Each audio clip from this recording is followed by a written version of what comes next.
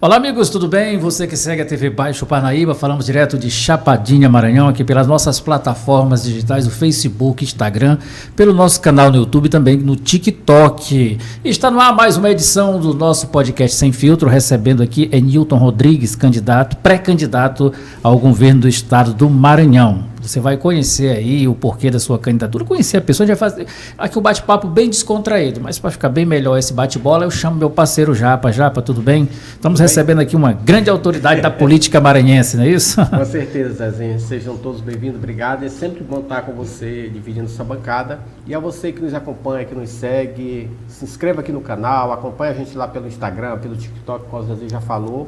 Esse aqui vai ser um conteúdo sempre muito bom, principalmente, né, para a comunidade maranhense. Esse é um momento importante de conhecer aí as ideias, conhecer as pessoas que estão envolvidas nesse processo eleitoral. E nada melhor do que a gente conhecer aqui esse grande homem que atualmente é residente em Chapadinha, Enilton Rodrigues. Seja bem-vindo. Pois é, Chapadinha pode ter aí um governador do estado que...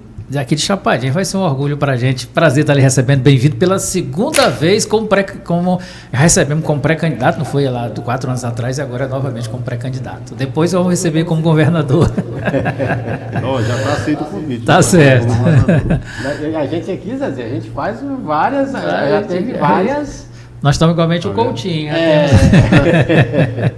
Zezinho, Japa, agradecer aqui a vocês pelo convite. Sempre bom estar aqui na TV Baixo Parnaíba, aqui, falando aqui para a sua audiência, né, que está extrapolando fronteiras aí. Obrigado. Né, Maranhão, Chapadinha, Brasil, pelas plataformas digitais aí, né, mundo afora. Então, obrigado aí pelo convite. Estamos aqui para fazer um bate-papo aí sobre o cenário aí estadual, nacional, né, o que a gente tem aí para estar construindo para o povo maranhense. Enilton, a gente sempre começa aqui pedindo para a pessoa falar um pouquinho do seu histórico. Quem é o Enilton?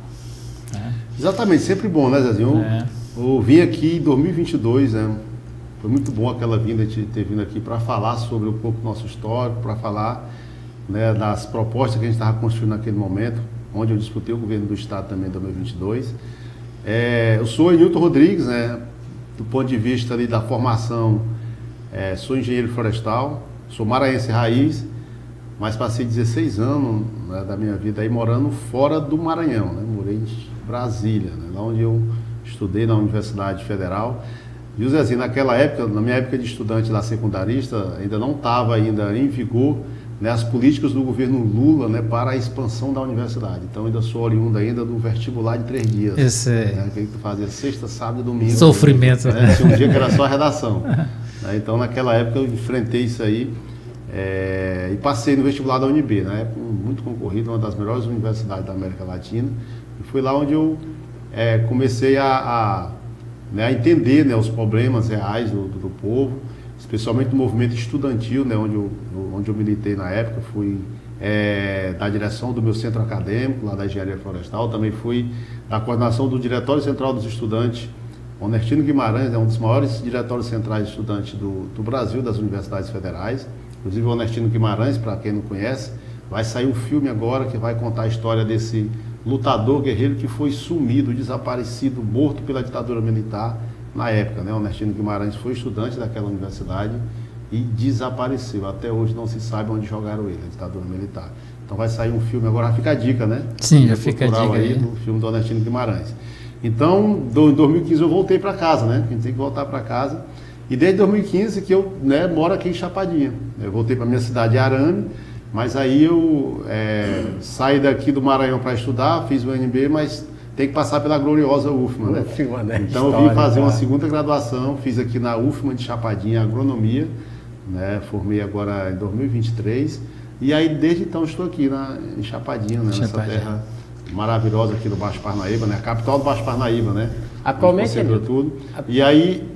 Tá, vai lá. Não, pode concluir. E aí, assim, desse ponto de vista acadêmico é isso, do ponto de vista político na UNB onde eu comecei a construção partidária. Sou filiado ao PSOL, meu único e primeiro partido, né, há 21 anos atrás. Viu, Zezinho? Desde quando a gente foi expulso do PT? Que a gente elegeu o Lula em 2002, Mas antes do primeiro ano do governo do homem, né, no final de 2003, estava expulso lá. Você saiu com quem naquele período ali? Tem aquele do Pará, como é o nome dele? O Babá, né? Babá. O deputado Babá. Na verdade é assim, Zé, eu nunca fui filiado a outro partido. A gente fala que a gente foi expulso porque a gente acabou se sentindo, né? Ali próximo. Ali três deputados federais na época foram expulsos, né, por terem votado contra a reforma da Previdência. A primeira reforma da Previdência do governo do Lula. Foi. Que a senadora é Luiz Helena, né, que foi expulsa, né, que era senadora, e os deputados federais, o Babá, né, aqui do Pará, o João Fontes, acho que era do Sergipe na época, e a Luciana Genro, que era deputada pelo Rio Grande do Sul. Então assim, a gente fala que foi expulso, mas na verdade nem no PT eu era, mas nós éramos desse campo político, votamos no Lula em 2002, e acabou que outros setores sindicais, estudantis, também se sentiram expulsos, e é daí onde começa aí o PSOL. O PSOL, a ideia do PSOL. Aí tu imagina criar um partido naquele momento, né? No final de 2003, a esquerda tinha acabado de ganhar o governo, né? E aí vai anular nós criar um partido de esquerda no Brasil. Imagina a dificuldade. Nós se coletar a assinatura, mas não passamos o ano de 2004 todo fazendo isso. E em 15 de setembro de 2005, nós institucionalizamos o PSOL, né? Então é nesse partido que eu estou até hoje.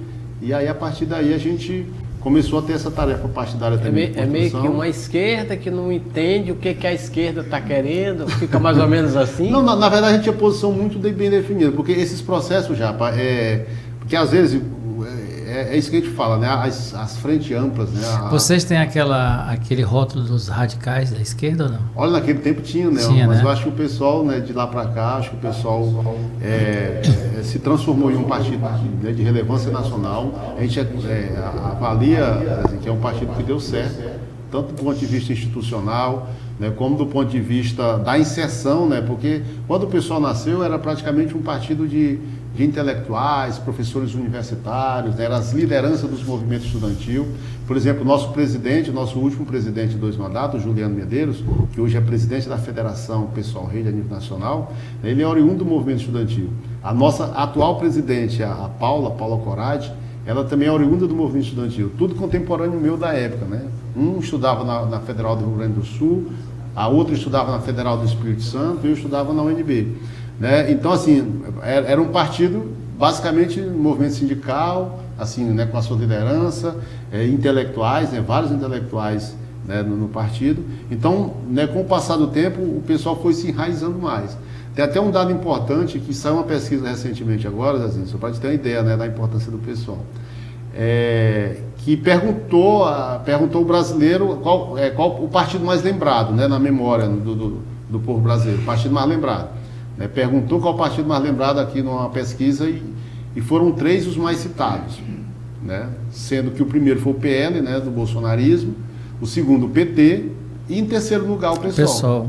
Né? Passou aí do PMDB, PDT, PSB, que são todos esses, do, né? PP. Assim, aquela pesquisa que pergunta e tu responde. PTB. Todos esses. Então, assim, qual a nossa avaliação dessa pesquisa, né? Exatamente por conta da relevância que tem o pessoal, das pautas que o pessoal, né, traz para a sociedade, né, e pautas que de repente a própria esquerda meio que deixaram em segundo plano e o pessoal, né, levantou. Hoje isso faz com que o povo lembre. Por que lembra do PL do Bolsonaro? Porque é o destruidor, né? É o que é pela ditadura militar, o que é contra o pobre, que é contra o povo, que é contra o trabalhador, que é contra a mulher, que é contra tudo, né? Que é pela morte, que é... Aí o cara lembra, aqueles doidos lá. Aí o PT, né? O PT é o Partido das Políticas Sociais, é das universidades, né? É do Luz para Todos, é do Bolsa Família, é do Minha Casa Minha Vida. Então, um partido que reconstruiu o Brasil.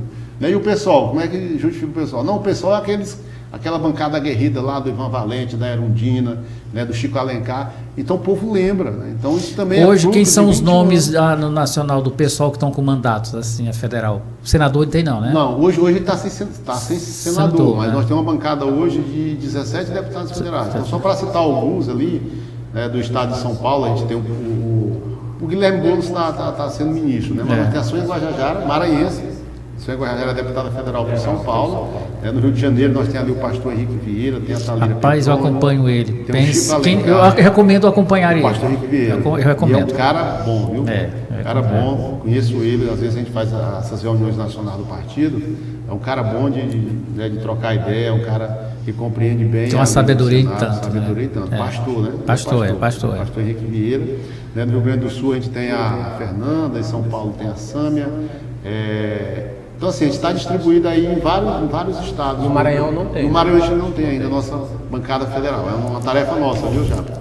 Tarefa nossa esse período aí. Então, estamos vendo que tem um pré-candidato de Chapadinha, né? Sim. Ele está aqui com nós, Paulo Coelho. A gente vai depois a gente vai conversar com ele depois. Como é que está essa estrutura do pessoal aqui em Chapadinha? Assim, porque a gente conhece algumas figuras, né, que terminava sendo até de PT no passado e que hoje terminaram. Sim, aqui, quando eu cheguei em 2015 de volta, né, ao Maranhão, a gente veio com uma tarefa também, que o pessoal, como a gente estava falando no início, o pessoal sempre foi um partido, né, mais, como a gente falou, né, da universidade, movimento sindical, movimento estudantil, intelectuais. Então, a gente, de 2018, né, até agora, o pessoal se abriu para os movimentos sociais em especial, e um elemento concreto disso foi a própria filiação do Guilherme Boulos na época, e de várias lideranças do MTST, né? E também do movimento indígena, né? Com a Sônia Guajajara, que naquela eleição de 2018 a gente colocou, né? Uma liderança sem teto, né? E uma liderança dos povos indígenas, né? Então foram o nosso candidato a presidente, o Guilherme Boulos, e a Sônia foi a vice-candidata a presidente da República na época. Então, uma das tarefas que a gente teve quando eu voltei para o Maranhão era de tentar, né, tirar mais o pessoal de São Luís, que basicamente existia em São Luís, e tentar levar para alguns municípios que as pessoas procuram os partidos, né? Às vezes não encontra, né? Não encontra o dirigente, não encontra o responsável para estar organizando o partido na sua cidade. Então, Chapadinha não tinha, né? Até tinha, né? Acho que ainda lá em Brasília a gente conseguiu aqui formar um grupo, mas não lançou candidatura, era pequeno. Até acho que em 2016 teve, né, candidato. Teve o professor Jânio. Em 2016, o professor Jânio já foi em 2020. Foi em 2020, né? Em 2016 era um grupo que era, acho que até um médico, o doutor Alberto, acho, que era do pessoal aqui, foi candidato a vereador, teve até uma votação. Né, não estou lembrado. Mas não conseguiu eleger. Ajuda aí, Paulo, não estou lembrado. Mas enfim. Era o doutor Alberto, né? Não, doutor Carlos. Carlos Alberto. Acho que era isso, enfim. Carlos Alberto. Mas já existe filiados, como por exemplo a Dona Branca, é uma das primeiras filiadas nossas aqui do pessoal de Chapadinha, do Sindicato dos Trabalhadores Rurais, né? Tinha outros, e aí, a partir de 2017 foi onde a gente conseguiu trazer mais filiados. Inclusive uma referência aqui de Chapadinha, né? O Chico da Coab, acho que ele é filiado dessa época. E aí veio o professor Jânio também, né, que na época se filiou com a gente e acabou disputando a eleição de prefeito em 2020, né? Em 2020 o pessoal teve prefeito aqui em Chapadinha, já com o professor Jânio, acho que uns 4, 5 candidatos a vereadores. Né? Depois a gente conseguiu continuar com o processo, depois veio o Paulo Coelho se juntar com a gente, né? O Francisco das Chagas também, né? E outros nomes, como o professor James, né? Pessoa aqui da Universidade Federal do Maranhão, uma grande referência aí na pauta da agricultura familiar, um pesquisador de ponta, entendeu? Que traz projetos aqui para a região do Baixo Parnaíba. Professor Cláudio, né? O criador da feirinha, né? Da feirinha agroecológica. Agroecológica. Né? O professor Cláudio também, né? Que é o nosso atual presidente aqui no município. Então, assim, a gente está conseguindo. A professora. Como é o nome dela, Paula? A professora. Que ela também é da nossa direção. Professora Kátia. Né? Então, assim, a gente tem aí um grupo de filiados que. Né, estamos tocando aí essa construção do partido. Em 2024 a gente tentou fazer uma frente, viu, Zezinho, aqui, uma frente, né, com todos os partidos da esquerda para enfrentar a reeleição da atual prefeita, né? Infelizmente deu uns probleminha ali no meio do caminho, o pessoal acabou não lançando candidaturas, né? Nem a prefeita. Na verdade não foi só nem a vocês, né? Foi um grupão que terminou não se não se entendendo, né? Aquele grupão, né? Entendeu? Tava até animado ali. Tinha tudo para dar certo, viu, Zezinho? E acabou que nós não conseguimos. Mas a gente continua no trabalho de construção, que é uma das tarefas também do eu vejo os nomes que você citou aí, né? Não sei se eles podem mudar, já, mas vamos pensar bem que são nomes que não têm essa vaidade como muitos que tem, que chega, não, eu sou o candidato, e aí por isso foi que não deu certo aquele grupo, a unidade daquele grupo. E aí o pessoal tomou uma atitude, digamos, plausível, entendeu? Já que querem, né? Ser o dono da bola, aí terminou ninguém. Terminou ficando. Exatamente. Ficou chato. Inclusive na época se cogitou assim, até a possibilidade da minha candidatura, né, a vereança aqui em Chapadinha. Certo. Isso aqui é um bastidor que agora foi para fora. Foi né? para certo. Mas exatamente por conta de uma construção maior ali para ver como é que né, a gente reorganizava a oposição aqui em Chapadinha, mas infelizmente Tá certo. Né, não deu certo E, no primeiro momento. Anilton, você vem aqui já para uma segunda pré-candidatura e aí lá na primeira, né, perder nunca é bom, né? Você sente aquele impacto, e aí passaram esses 3 anos aí praticamente nesse período e aí você retorna aí com esse novo projeto ou, né, uma reformulação desse projeto pessoal no Maranhão, né, rodando esse estado todo aí com essa proposta. Por que não houve uma unificação, já que tem ali, agora tem você, tem o Camarão, tem o Orleans, tem o Braide, tem mais outros, não tem? Tem o Laésio, né? Tem o Laésio. São nomes assim, por que esses partidos de esquerda, só para a gente tentar compreender um pouco, não fizeram uma unificação, não seria mais fácil? Por que é tão complexo para a cabeça do eleitor? Entender. A audiência às vezes fica se batendo, né? Esse povo não se une. Não se une, já que é tudo esquerda, é Camarão, é o Enilton, é não sei quem e tal. A gente tem uma leitura já, porque assim, existem os blocos, né? Os blocos históricos, né, que lutam pela tomada do poder, porque o partido político, né, às vezes tem as pautas específicas, né, tem as pautas econômicas dos movimentos sociais, né, do movimento sindical, né, eles lutam por pautas específicas, né, o que a gente chama, né, do ponto de vista da literatura, as pautas econômicas. Né? O partido político está aí para tomar o poder, né? Tomar o poder e fazer as transformações. É esse o norte principal de um partido político, tomar o poder para fazer as transformações. A gente sabe que as eleições, nos moldes que está aí, Japa, né? Apesar de esse processo democrático que a gente vive desde 89, né? É o melhor que se formulou com todos os seus problemas, com a sua dificuldade, mas é o que está colocado. Mas a gente sempre coloca essa nossa análise desses marcos, né, de blocos históricos. Né? Então a gente tem 2 blocos históricos bem formados aí a nível nacional, né, especial de 89, né? De 89 para cá, teve um momento ali que a disputa era mais sadia, né? Às vezes era disputa de ideias mesmo, né? Ali de 89. Não tinha um radicalismo tão como tem hoje. Aqueles 11, 12 candidatos a presidente da República em 89, a primeira eleição direta para presidente da República, né? E aí foi se afunilando, mas 94 tinha uma disputa de ideias, né? Era a turma do Tucanato que queria vender tudo, né? Vender tudo. Né? E tinha nós aqui da esquerda, né, na perspectiva que o Estado, né, tem um papel relevante no desenvolvimento do país, e aquele processo foi se dando até chegar aos fascistas, né, em 2018 e ganhar a eleição, né, depois do golpe ali de 2016 e ganhar a eleição em 2018. Então assim, o debate aí começou a se refazer, não era mais aquele debate que tinha um mínimo de civilidade, né? Os caras que vieram, né, defendendo mesmo a morte, né, defendendo excluir cada vez mais os excluídos, uns caras que não era só de privatizar, ele quer entregar o Brasil para os Estados Unidos, para a turma do Trump, queria entregar mesmo de bandeja. A gente viu que o presidente do Brasil naquela época, né, o inominável, né, que até azar de falar o nome dele aqui, né, ia para os Estados Unidos para ficar lambendo as botas mesmo, na época do Trump, né, porque ele pegou o Trump 1. Ele pegou o Trump 1, o finalzinho do Trump 1. Então você viu que essas disputas mudaram de cenário. Então quando essa disputa muda de cenário, as avaliações também mudam. E o pessoal mudou nisso. Tanto é que em 2022, pela primeira vez, a gente apoiou o Lula já no primeiro turno. A gente sempre foi oposição ao PT, oposição de esquerda. Em 2006 a gente teve candidato a presidente, né, a senadora Luiza Helena na época. Em 2010 tivemos um grande petista, né, um saudoso Plínio de Arruda Sampaio, né, um cara que foi responsável na Constituição Federal, na Constituinte, que ele foi deputado constituinte, Zezinho, por colocar na Constituição o direito do trabalhador rural ter aposentadoria especial, que até então não tinha, né?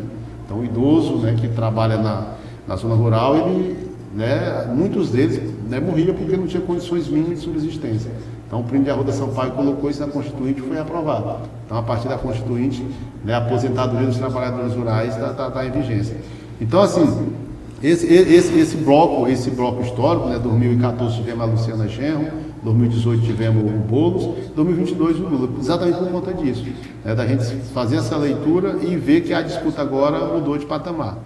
Né, mudou de patamar. Então é uma disputa para tu tentar recuperar o que foi destruído aí. Tu vê que é frágil, né, Zezinho? Então agora em 2026 o PSOL segue com o mesmo projeto de 2022 no Nacional, não é isso? Exatamente. E agora com a diferença. E você vê que é muito frágil, né? A CLT que foi conquistada lá no Getúlio Vargas, né? A duras penas, vários anos da luta da classe trabalhadora, foi destruída em 6 anos, né? 6 anos ali do golpista Temer com os 4 anos do inominável. Então, para você ver como é frágil nessas conquistas. Então, houve a necessidade de se fazer essa leitura e de retomar minimamente, né, o Brasil para um governo que pensasse nos trabalhadores e desse uma estabilidade, foi o que aconteceu em 22. E na nossa avaliação, Zezinho, não é diferente de 26, porque agora a escala aumentou, né? Agora é uma escala internacional que esse setor fascistóide está tomando de conta, especialmente da nossa América do Sul. Na América Latina, né, especialmente da América do Sul. A gente viu o que aconteceu na Argentina, né, o kirchnerismo foi derrotado pelo bolsonarismo, né, argentino. A gente viu o que aconteceu no próprio Equador, a Bolívia, né? A gente viu o que aconteceu na Bolívia, a gente viu o que aconteceu no Chile, né, que era uma grande aposta ali com aquele movimento, né, que tomou as ruas e conseguiu ganhar a presidência. E agora voltou para a extrema-direita. Então, a gente tem essa perspectiva que o Brasil não está fora desse projeto internacional de poder da extrema-direita e do fascismo. Isso aconteceu em vários países também da Europa, da Ásia, e a expressão máxima disso aí é a volta do Trump nos Estados Unidos. Então, a gente viu recentemente o que o candidato bolsonarista foi fazer nos Estados Unidos, né? Já assinar uma carta oferecendo o Brasil, né, para o Trump, né, caso, né, esse sujeito chegasse a ganhar a eleição aqui no Brasil. Então, assim, por conta disso, o pessoal saiu à frente, inclusive, do PT, Zezinho. O pessoal já está oficialmente, né, com apoio de 100% internamente, porque em 2022 foi 40, em torno de 60 a 40, né? 60 a favor do Lula e 40% de candidatura própria. Agora 100% do pessoal definiu, Diretório Nacional, apoiar a reeleição do presidente Lula. Então, assim, exatamente por conta disso. Aqui no Maranhão, aqui no Maranhão, Japa, é onde né, a gente tem mais liberdade, porque na nossa avaliação, estava falando dos blocos históricos, aqui no Maranhão tem 2 blocos também muito definidos, especialmente em 2006, com a eleição do Jackson Lago, depois de 2014, os caras ganharam em 3 eleições seguidas no primeiro turno, o pessoal não fez parte. Né? E agora, nesse primeiro momento, a gente acredita que tem 2 blocos também. O bloco do bolsonarismo, aí encampado aí pelo Eduardo Braide, né, o ex-prefeito de São Luís, e pelo Laésio, que já foi candidato em 2022, né, com essa cara bolsonarista, e nesse campo de cá, porque na nossa avaliação, o Lula terá 3 palanques no Maranhão, né? Inclusive o pessoal será... Quer dizer que vai ter um momento que vai subir os 3 candidatos ao governo? Não, em 2022, por exemplo, eu fui no palanque lá da turma do Brandão. Foi, né? Porque nós era declaradamente do Lula, eu fui lá, no comício que o Lula veio, eu estava lá. Estava eu, o Flávio Dino, estava o Brandão, estava o Camarão, estava todo mundo lá, né? Porque era o palanque do Lula, entendeu? Eu não sei como é que se dá isso agora, né, Zezinho? Mas enfim, para nós não tem nenhuma dificuldade, porque as frentes amplas, Japa, que faz com que isso aconteça, né? O Lula foi eleito numa frente ampla e amplíssima, né? E o pessoal estava dentro dela, né, a nível nacional. No primeiro momento a gente disse, não, a gente é governo, mas não quer participar do governo. No caso, né? Depois mudou, a gente estava com 3 ministérios, né? O Ministério do Meio Ambiente ali na Federação, para Marina Silva, o Ministério dos Povos Indígenas com a Silvia Guajajara e o Ministério da Secretaria-Geral da Presidência, o Guilherme Boulos. Mas isso aqui já foi num outro momento. Então, assim, aqui no Maranhão a gente tem essa liberdade de lançar a nossa candidatura como fez em 22, por fazer uma avaliação que esse bolsonarismo raiz não tem possibilidade de ganhar aqui no Maranhão. Ao menos até agora é a nossa avaliação. A gente acha que não ganha. Acho que esse campo daqui que vai ganhar a eleição. Ou vai ganhar a candidatura do PSOL, vai ganhar a eleição, vai ganhar a candidatura do PT, ou vai ganhar a candidatura desse outro bloco aí que deu uma rachada. Né? Mas que é um bloco também que compõe isso que a gente vem falando aqui dos últimos 12 anos. Então, para a gente do PSOL, tanto é que a gente saiu na frente aqui no Maranhão. Né? Era isso que eu queria perguntar para você, que o PSOL foi o primeiro partido a tomar essa decisão. E ali vocês não esperaram muito ali, porque poderia estar fechado com o PT, por exemplo, no Maranhão. Olha, exatamente, nós tomamos uma decisão, porque na época eu acho que... Porque assim, Zé, uma coisa, o partido tem a sua autonomia, né, tem o seu projeto de poder, né, a gente nunca teve no governo do Estado, então o PT é o vice-governador do Estado, o PT tem 5 secretarias no Estado, né, então assim, né, por senso comum, esses caras estão juntos, né? Então, se eles resolvem rachar, papapá, o pessoal não pode ficar esperando, né? O pessoal tem que fazer a sua agenda, tem que fazer o seu projeto. Foi isso que a gente fez ainda em 2025. Em setembro de 2025, né, o partido resolveu já aprovar a tática eleitoral com a candidatura própria. Então, foi aprovado o meu nome para pré-candidatar a governador e os nossos nomes para o Senado também.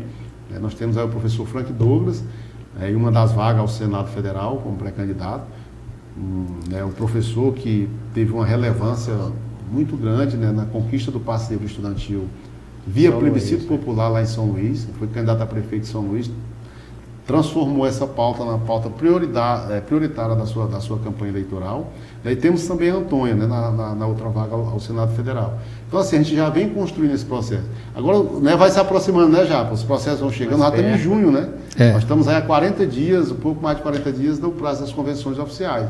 Então, vão chegando, né, vão se apertando as coisas, né, vão ter que se organizar, se agrupar. Então, o pessoal não tem nada a ver com essa disputa. Nós estamos no nosso processo, nós estamos rodando. O pessoal está andando, né? Nós estamos andando, né? Com as nossas pernas, de acordo com as nossas pernas, nós estamos conseguindo andar aí o Estado via a escuta do povo maranhense, né, que é o nosso mote, na perspectiva de construir um programa de governo, né, com o máximo de legitimidade das organizações do povo maranhense, né, para que agora, no começo de julho, a gente possa lançar, né, esse programa que foi construído, né, ouvindo, né, vendo a dificuldade do povo maranhense, para que a gente possa, a partir de agosto, a gente ser apenas um representante desse programa que foi construído, né? Não vai sair da cachola ali do Enilton, né, o programa de governo que a gente vai resolver os problemas do Maranhão, né? Vai ter ali um respaldo, né, que foi construído nesse período, de setembro até agora, né? Já tem um tempo.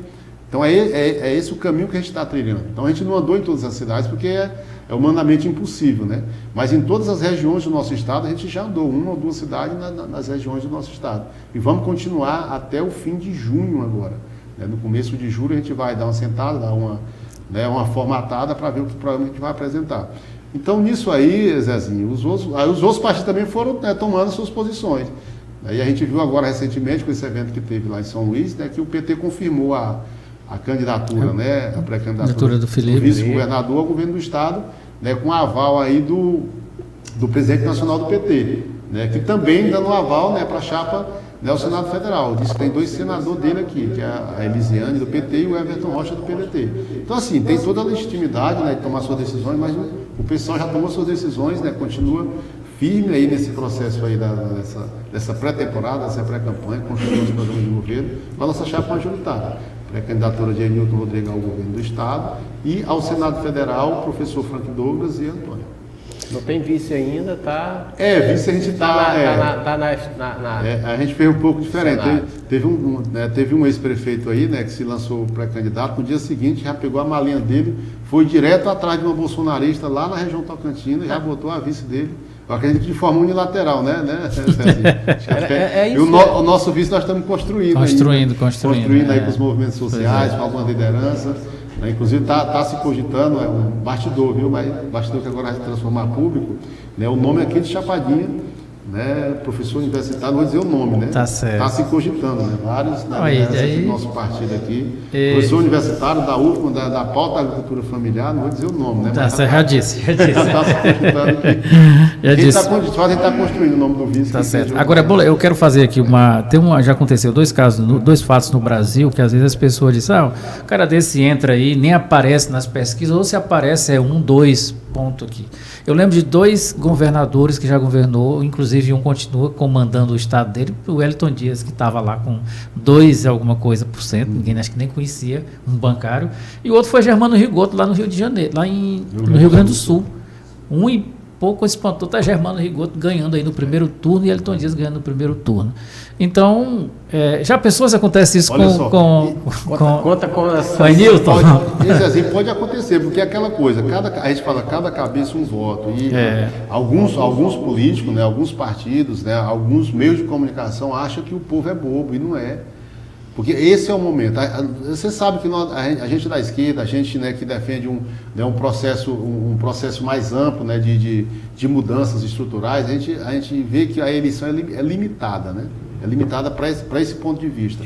Mas é importante dizer que cada pessoa é um voto, seja o Lula, seja o Enildo, seja o Zezinho, seja o Japa. E a maioria, eleição majoritária. Então, assim, às vezes a gente não tem espaço, né, nos meios tradicionais, mas hoje, com essa nova forma de comunicação, né, que os meios aí das plataformas digitais, né, as redes digitais, né? O povo fala rede social, né? Mas as redes digitais social, entre aspas, né? Entre aspas, né? A gente sabe que isso também tem um custo, gera um custo, né? Tem muita gente que está investindo só nisso, né? Às vezes não deixa de ir onde for votar, como o ex-prefeito de TikTok lá de São Luís, que quer saber só de curtida, de like, né? Mas é uma nova realidade que a gente acredita que a gente pode chegar em muito mais gente nessa perspectiva. Em relação já a 2022. Em 2022 a gente não teve isso como outra prioridade nesse caminho, mas é uma perspectiva, Zezinho, que pode acontecer no Maranhão também.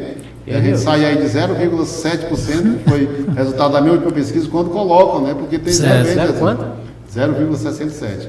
Porque quando coloca, porque várias pesquisas no início aí que os institutos simplesmente ignoraram o nome do pessoal. Felizmente, nas pesquisas mais recentes, já estão colocando os nossos que tem que colocar. Deixa eu te perguntar, como é que tu avalia essa coisa toda? Porque o pessoal, o PT, então termina tendo esse caminho muito lado a lado, e aí eu acredito que hoje essas definições do PT, tardiamente, então termina chegando no ponto que está, que não é bom, não é boa para a história do Maranhão, para a política do Maranhão. Tu acredita que o pessoal pode ganhar esse tracionamento com essa meia que parada do PT? E querendo ou não, está aí o Felipe, vice-governador, há 4 anos, não passa de 4%.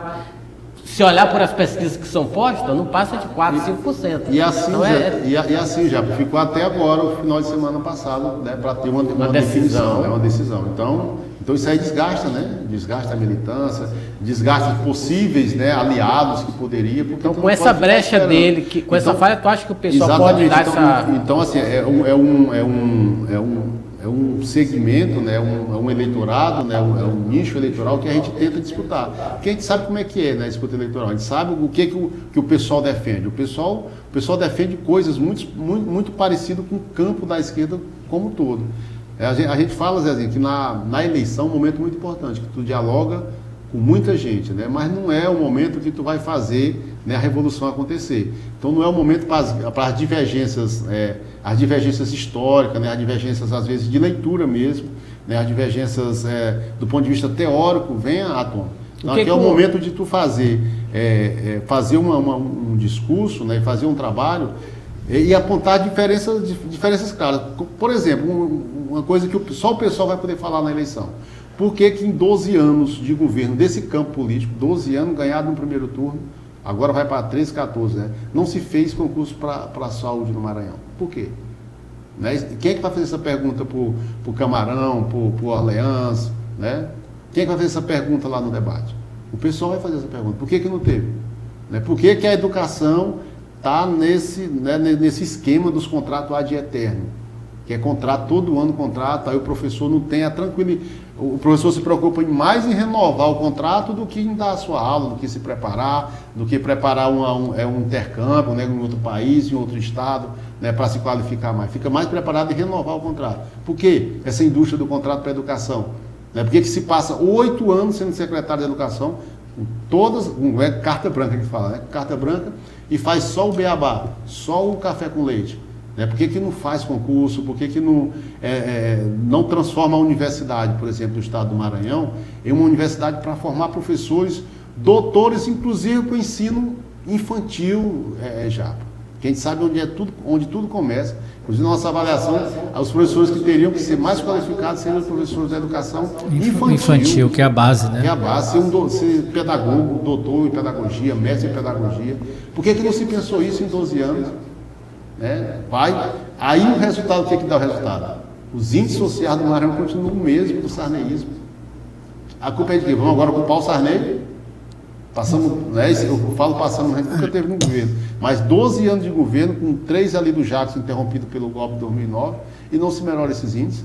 que o Maranhão hoje não está interligado do ponto de vista das ferrovias? Quem sabe que... Era essa questão de infraestrutura que eu gostaria de perguntar para você mesmo também, porque nós temos um estado que é quase o tamanho de um país, né? De um país. E aí nós temos aqui nós estamos longe aqui do sul, que é um grande produtor do agronegócio e tudo mais, que tem uma mídia muito forte, que tem um injetamento do governo muito alto em termos de ajuda financeira mesmo, né, que o governo federal paga, mas ainda tem essa grande carência que é chegar até o porto do Itaqui. Por isso que a gente tem umas estradas aí intrafegáveis. E a própria mobilidade do povo maranhense. Olha, eu estava agora na escuta do povo maranhense, eu fui em Araioses. E aí tinha um pessoal que estava para vir lá de Tutóia para ir para Araioses. É uma dificuldade para vir. Né? Porque não tem ônibus. Né? Tu tá em Tutóia hoje, para tu ir para São Luís passando por Chapadinha, é uma dificuldade para tu pegar o ônibus da Guanabara que vem da Parnaíba, de Parnaíba no Piauí. Então tu tem que ir para Canabrava para poder esperar o ônibus para vir para ir para São Luís. Então é a mobilidade do povo mesmo, assim, não só, né, do agro, né? né? Mas a mobilidade do povo mesmo. Então tu pegar a Baixada Maranhense, que tem dificuldade também de transporte, pegar aqui o Baixo Parnaíba, que tem dificuldade. Até o litoral nosso, que é os lençóis, né? Pegando ali Paulino Neves, indo ali por Barreirinha, Santa Maria, para tu sair lá em Bacabeira, é uma dificuldade. Eu falo isso porque eu já andei em todas essas regiões, né? Já andei de carro e eu vejo a dificuldade. Tu espera a van, é 5 da manhã, não tem 5 da manhã, tchau. Né? Não tem meio-dia, não tem 10 da manhã, não tem 4 da tarde. Então, como é que tu resolve? Isso aqui é problema estrutural, é problema grande. Né? Não é problema, né, café com leite, é problema que tu tem que analisar o cenário, as tendências que estão colocadas no mundo, e hoje tem uma tendência muito clara, né, de um país que está disputando a hegemonia mundial. Vai ser daqui 20 anos, vai ser daqui 30 anos, mas está chegando. Tanto é que as guerras já estão acontecendo, né, de imperialista como os Estados Unidos, que está raptando, sequestrando o presidente, né, que está degolando, matando outras lideranças, né, ali no mundo árabe, por conta exatamente com medo, né, não é com medo, é fazer essa disputa, porque está vindo uma grande potência aí. E essa potência está dando a tendência para o mundo nessa questão assim, da mobilidade, dos transportes ferroviários. Porque os transportes ferroviários têm uma vantagem. Gera emprego de qualidade, né? Empregar mão de obra qualificada, salários 3, 4, 5 salários mínimos, né? Para o trabalhador ter uma tranquilidade. Né? Às vezes são obras que duram muito tempo, mas depois que está feita, Zezinho, aí é uma eternidade, né, também. Como é que a chuva leva o trilho, né? Como é que não tem, a acidência diminui, né? As mortes diminuem no trânsito. E aqui no Maranhão, como se falou, é um estado continental. Se você pegar, por exemplo, um grande problema que tem em São Luís é a questão do ferry boat, né? Aquela para a travessia de São Luís para o Cujupe. Não se resolveu isso em 12 anos. Verdade. Por que não faz uma ponte ali de São Luís para o Cujupe, interligado com o trem, com o metrô? E aí tu pegar, não fazer só aquilo ali, tu pegar a Baixada Maranhense todinha ali, saindo ali do Cujupe, passando ali para o Pinheiro, sair Vitória do Mearim, tu pega ali, passar ali no trocamento da Pecuru, pega aqui o Baixo Parnaíba todinho, passando por Chapadinha, né, segue para Araiose, vai para Paulino Neves, pega o litoral, né, que é o litoral maranhense ali, onde fica os lençóis maranhenses, para sair em Bacabeira e juntar lá em São Luís e fazer esse ciclo. Tu atende quantos por cento da população maranhense? Quantas cidades tu atende? Com trem de alta velocidade. Assim. Aí turismo. Aí é trem de alta velocidade. Então tu consegue gerar emprego de qualidade, tu consegue absorver a mão de obra qualificada produzida aí pela Universidade Federal do Maranhão, pela Universidade do Estado do Maranhão, pela Universidade, né, da região Tocantina, né, e pelos IFMA, tu consegue absorver e tu consegue impulsionar o turismo. E tu consegue ter mobilidade. Porque trem de alta velocidade, acidente é raro. Né? Você chega 100 km, 300 km, 400 km, você faz aí 1 hora, 2 horas. Né? Sendo obra do governo do estado, você pode jogar aí 2 anos de testes, né, de graça aí para o povo. E quem é que vai financiar isso? O governo do estado com 30 bilhões de reais de orçamento tem condição? Não tem. Mas o governo do estado, Zezinho, ele não é como a nossa vida, né, que é 80 anos, 90 anos, né, 75, 100 anos. O governo do estado é eterno, né? O Maranhão, por exemplo, é um dos estados mais antigos, né, da nossa república, né? Desde 1534, eu acho. É um dos mais antigos, acho que é um dos 4 mais antigos, o Maranhão é um desses. Né? E não vai acabar daqui 500 anos. Então, né, tem até essa polêmica aí do tal do empréstimo. Do empréstimo, né, Que fizeram um empréstimo aí, sabe-se lá para quê? Mas se aquele empréstimo fosse para fazer coisa séria, por exemplo, fazer interligação só da Grande Ilha ali, pegar São Luís, pegar Passo Lumiar, Raposa e São José do Ribamar, interligar com o metrô. Com o metrô. Esses 2 bilhões dava para fazer isso? Se fosse para isso, o empréstimo era legítimo ou não? E se nós fizermos... que o próprio se pagava, né? Se pagava a médio prazo. A médio prazo. Então, se a gente for lá no Banco dos BRICS, quem preside é a presidente Dilma, né? E levasse esse projeto aí desse círculo aí pelas principais regiões do Maranhão para colocar um trem de alta velocidade aqui em chinês. É projeto que pode sair. Bilhões e bilhões de reais, aí é bilhões.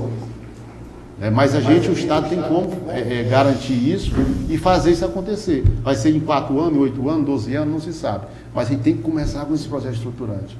Senão não resolve os problemas do Maranhão.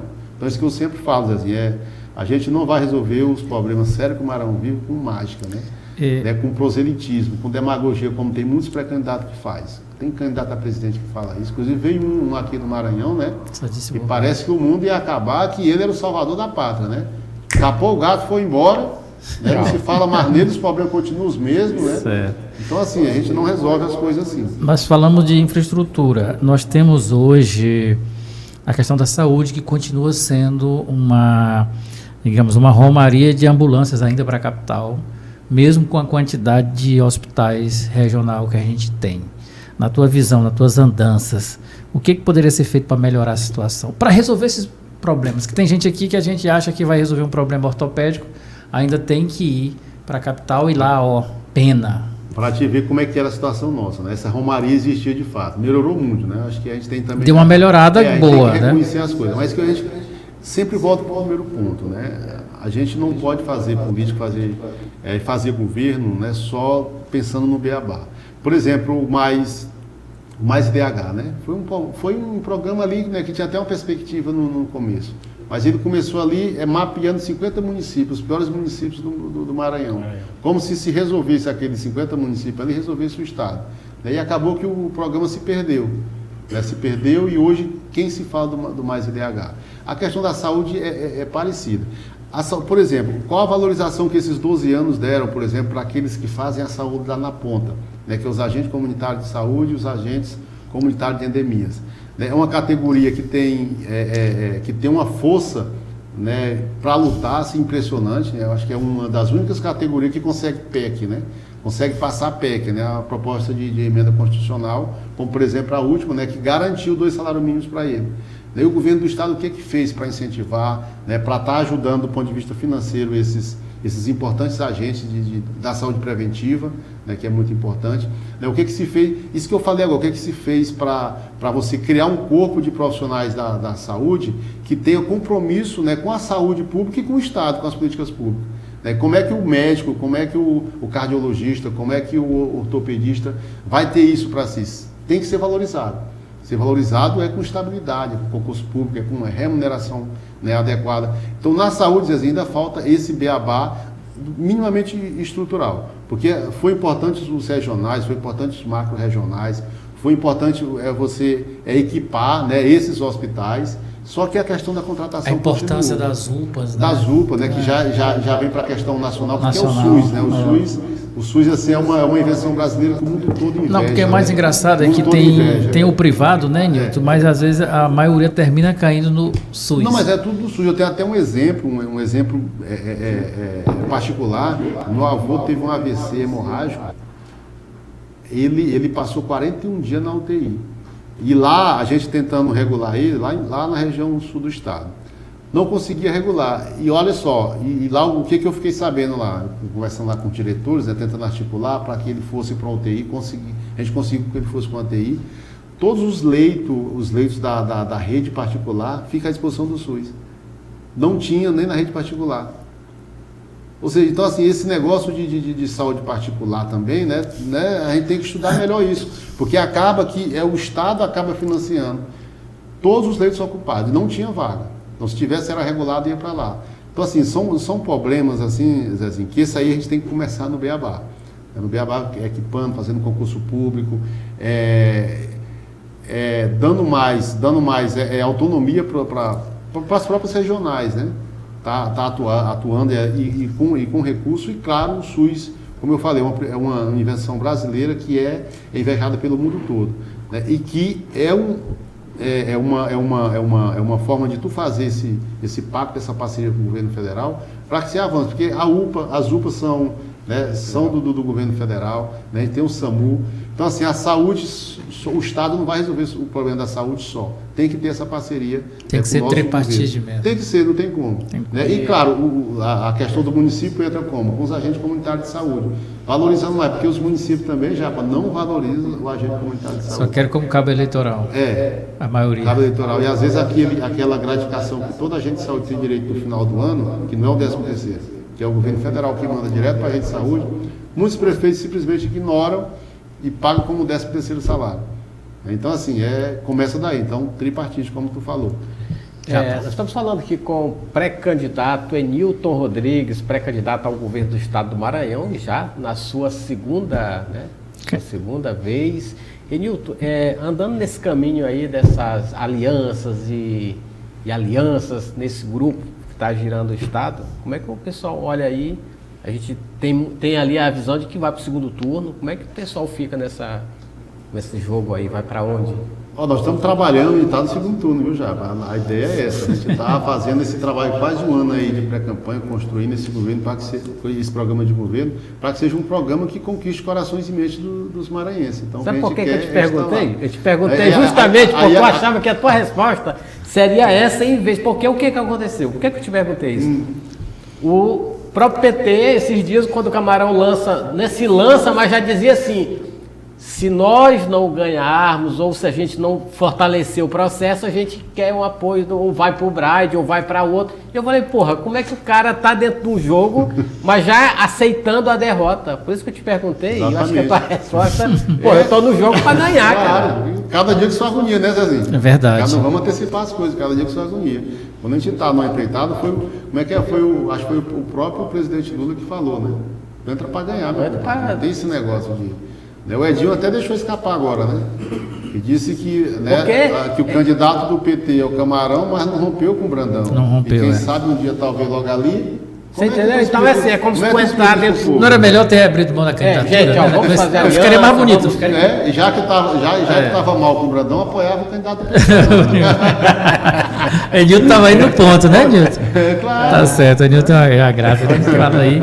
Pois é, gente. E assim, se nós fôssemos computar votos pelo proletário mesmo, pela classe mínima mesmo, né, a classe baixa mesmo, o Enilton ganharia a eleição, né? Se fosse votar pelo cara que... qual é o teu problema na justiça hoje? Zero, né? Zero. Qual é o teu problema com desvio de emenda? Zero. Aí por aí vai. Por aí Exatamente. vai, entendeu? Então, não quer dizer, é um candidato ficha limpa na linguagem popular. Então, para que aquele que tem aquele discurso, Enilton, o que tu teria para dizer para aquele que tem aquele discurso que quer votar num candidato ficha limpa, que tem projeto, que respeita a honestidade, que consegue dialogar com todas as correntes do Estado? Que esse cara é o Enilton. Olha só, é um convite que a gente faz, porque tem muita gente assim, né, que quer participar, que quer votar, né, às vezes não sabe como, assim, porque a construção política, a construção partidária, a construção social é assim, entendeu? Então, o que a gente busca também, né, além de uma vitória eleitoral? Eu acho que a vitória e a construção política mais ampla é o que motiva também, acho que todas as candidaturas da esquerda, né? Eu acho que esses caras da direita aí querem saber mesmo só deles, né? De se dar bem, né? E vender o Estado e ser submisso, né? Estados imperialistas. Mas a gente que está nesse projeto histórico aí de anos e anos, de décadas e décadas de luta, a gente está porque a gente acredita no povo. Isso é verdade, a gente acredita no povo. O povo brasileiro, Zezinho, é um povo generoso. Alguns dizem, o povo brasileiro é de direita, o povo brasileiro, mas não é. Se fosse, como é que tu explica que desde que tem eleição para presidente no Brasil, o nosso campo nunca ficou fora do segundo turno. Desde que tem eleição no Brasil, direta. Nunca ficou fora do primeiro turno e já ganhamos, né, o nosso campo, né, já ganhou 5 eleições seguidas. Vai para a sexta, não ganhou a sétima porque foi golpeado. Então é o povo brasileiro que é generoso, o povo brasileiro que conhece a dificuldade que tem e ele tem essa visão de quem pode ajudar. Então você que está nos ouvindo agora, você que está nos vendo, né, que quer ajudar, tem como. Eu acho que as construções partidárias é para isso. Você está até agora, agora está no período das vaquinhas, né, das vaquinhas eletrônicas. Você pode ajudar contribuindo financeiramente, você pode ajudar, né, você mesmo se envolvendo ali no seu bairro, ali na sua associação, ali no seu grupo de amigos, né, contactando, entrando em contato, porque é assim, Zezinho, que vai acontecer, não tem mágica, não adianta. Alguns têm muita grana, né, para impulsionar TikToks da vida, né, para fazer chegar, né, mais longe, mas quem vai fazer as mudanças que a gente precisa é a gente. Isso aí é uma clareza que a gente fala há muito tempo, é uma certeza que a gente tem. E a gente vê no dia a dia que isso vem acontecendo. Por exemplo, na minha região lá, Zezinho, uma região grande lá, minha região lá, na minha cidade onde eu nasci. Lá é uma região grande, a região da Pedra Preta, uma região de assentamento. Quando tu vê que até 2005, ontem, né? Até 2005 não tinha energia elétrica, as pessoas tinham lamparina. Até 2005 agora. Tem geração que não, né, sabe nem o que é lamparina. Não, e hoje tu vê que tá todo mundo lá de Starlink, né? De iPhone, blá, blá. Então assim, as coisas mudam. Né? Se tu vê que até 1937, assim, mulher não votava. Olha só, é agora um dia desse. Até 1888 tinha trabalho escravo no Brasil. Assim, acho que teve um período também que só votava quem tinha determinados valores. Né, a pessoa, né, que não tinha uma boa leitura não votava, que era chamada analfabeto. Então tudo isso a gente conseguiu mudar já. Né? Então por que a gente não pode mudar os governos que estão aí com um governo que realmente quer fazer as transformações e que não vem de ilusão, né, que não vive de proselitismo, que não é demagogo? Porque demagogia também dá voto, né? Tem uns caras que falam cada merda aí. A gente vendo esse ponto de vista teu, colocando por cima esse processo até de questão de demagogia. Como é que tu pensa hoje, até de uma própria linguagem, porque a gente sabe que a gente está vivendo uma turma jovem que não tem nada a ver com o histórico de esquerda, de PT, o que teu pai, o que meu pai fez. Como é que tu pensa hoje, até mesmo para o processo de campanha, como é que vocês pensam de trabalhar esse pessoal? Porque eles não querem saber se tu tá querendo questionar algo que vai melhorar ou porque melhorou. Eles querem muito ali o presente, que essa galera de 16, 17 anos que está aí, que não passou nada do ruim. Japa, eu queria implementar com ele uma pauta que está sendo discutida a nível nacional, que quem ganha 20 mil consegue convencer quem ganha um salário mínimo que é ruim a pauta 6 por 1. Exatamente. É uma geração, Japa, que não conheceu, né, não conheceu o Brasil antes do Lula, né? Na verdade é isso, como é que era o Brasil antes do Lula, antes do PT chegar no governo. Né? Então, assim, é uma tarefa nossa. É uma tarefa nossa porque é isso que tu falou, né? O cara que ganha esse tanto de dinheiro, convencer uma pessoa a ganhar um salário mínimo por 6 por 1, né? Não tem nem... Como é que é? Não é que não tenha que acabar com o 6 por 1, é colocar o 7 por 0. 7 por 0, que é pior ainda. Então, como é que é? Então, isso aí é um desafio para nós do campo da esquerda, né?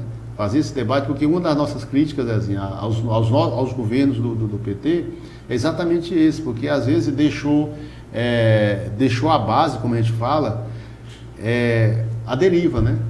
Por quê? Porque um governo desse consome muito quadros, né? Quadros políticos preparados, quadros políticos que tem histórico, mas às vezes o governo consome, né, nos cargos burocráticos, como a gente fala, né? E às vezes deixa ali, né, a base sem estar tendo acompanhamento, sem estar tendo esse processo de formação contínua, porque é um processo de formação contínua. Só exemplo disso esse negócio que a ditadura não vai voltar, não bote isso na cabeça, que pode voltar. Só você vê o kirchnerismo na Argentina, né? Voltou o Milei para lá. Então, esse processo de formação política, de avançar na consciência dos trabalhadores, da juventude em especial, é um desafio para a gente. Então, a juventude que está aí hoje, Japa, exatamente, né, quer saber o que melhora agora. Agora, para melhorar o que está aí, né, a gente tem que fazer essas mudanças dos governos que estão aí.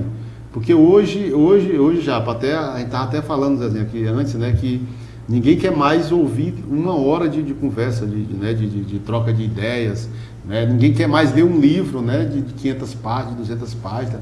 Ninguém quer assistir mais um filme de 1h30, quer ver um Reels de 1 minuto e meio no máximo e olha lá. Então, assim, é um desafio, né, para a educação, é um desafio para os comunicadores, é um desafio para as pré-candidaturas, né, para os futuros candidatos, de estar fazendo esse embate, de estar trazendo essa juventude para dentro, né? Para dentro da coisa. Porque às vezes tu reclama... É bem complexo as falas sem contexto, né? O cara simplesmente ele vai republicar aquilo que ele acha que tá bom. uma fala desconectada ali. O corte que vai dar like. O corte que vai dar like. O que vai te atingir, o que vai prejudicar fulano. Então, Japa, não é um problema fácil de se resolver, mas é uma preocupação, né, inclusive acho do nosso campo como um todo, não só do pessoal, né, de estar dialogando, de estar falando mais diretamente para a juventude. Porque, olha, esse número agora, saiu um número recentemente aí do eleitorado do Maranhão, né, foi para 5,1 milhões de eleitores aqui no Maranhão.